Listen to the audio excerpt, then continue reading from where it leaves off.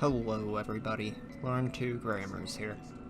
So, funny story, I've owned Titanfall 1 for 6 months from a Steam sale, and I haven't been able to play it at all. I've checked back every few days to see if the servers are up and running, but it's always been a sorry, try again later thing. After several months of DDoS, an Apex Legends hack, many schizophrenic breaks on the Titanfall community page, a hypothesized lawsuit against EA for false advertising of faulty products, and much more.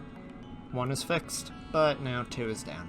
Okay, enough backstory, time to finally dive into 1. For fuck's sake. So, TF1. No, that's the wrong TF1. There we go. Titanfall 1 was the first game to come out of Respawn Studios, the child of the Modern Warfare series runners. You know you've heard this all before.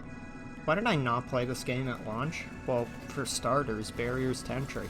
Titanfall 1 was launched as an Xbox One exclusive title. The only console I had at the time was a PS3. There's no way I was gonna get it, so Titanfall remained out of my atmosphere. Fast forward 5 years, everybody is playing this new BR overnight. Apex Legends came out of nowhere and broke ground. I thought the Titanfall franchise was dead, but then I learned this game was a part of it. From then on, as I learned the Titanfall story, I was drawn towards the game. I finally pulled the trigger at the Steam release, when the game saw its first giant peaks of players since Apex. I was hooked. It was around this time I started making gameplay montages for it, but 1 was still unplayable. Now the tables are flipped. When you first start Titanfall 1, you're greeted with a beautiful intro cinematic that showcases many of the advancements humanity has made. From space travel to industrial wonders to genetic impossibilities, it finally culminates on the revelation of the first frontier civil war between the Intergalactic Mining Corporation and the Frontier Militia. A lovely set piece. From here the game should pit you into training mode before allowing you to play multiplayer, teaching you the basics of movement if you aren't already familiar. However, the training ground servers broke for me, and I was able to get into a regular lobby before training. The only difference I felt in the first 5 minutes between this and Titanfall 2 is the pacing, and the lack of crouch sliding. Not having a feature that's grown essential to me in TF2 and Apex is such a strange feeling.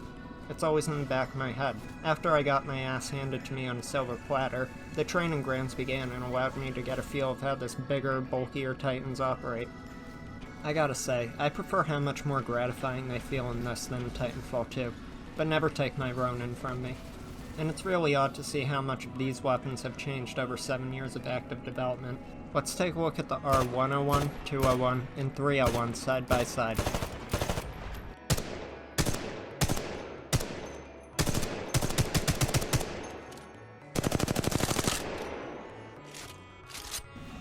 They feel very, very different. Kind of like how weapons developed across 70 years would feel.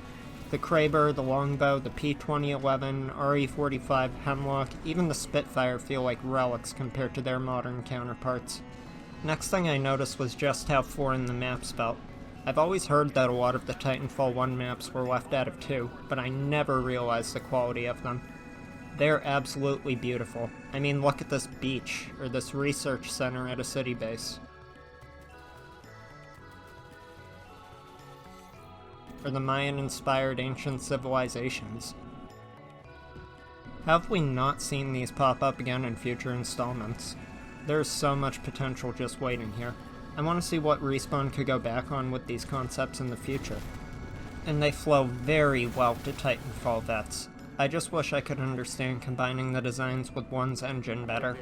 I keep wanting to crouch slide to combo wall bounces and wall climbs, but with crouch slide absent I just lose all momentum. So now I want to talk about the Titans. I described them before as gratifying. That does not even begin to describe them.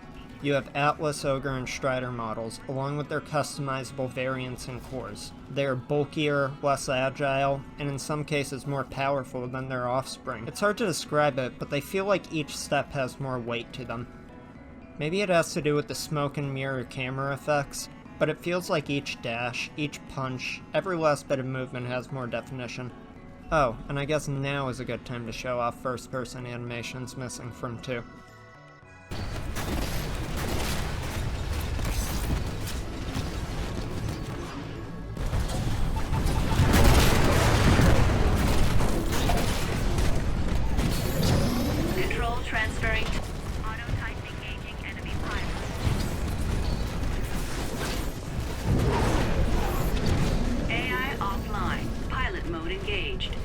Yeah, those should speak for themselves. I really hope Titanfall 3 has selectable kill animations, although it's cool to see the victim's perspective in Apex. It'd be amazing to see both perspectives again in Titanfall.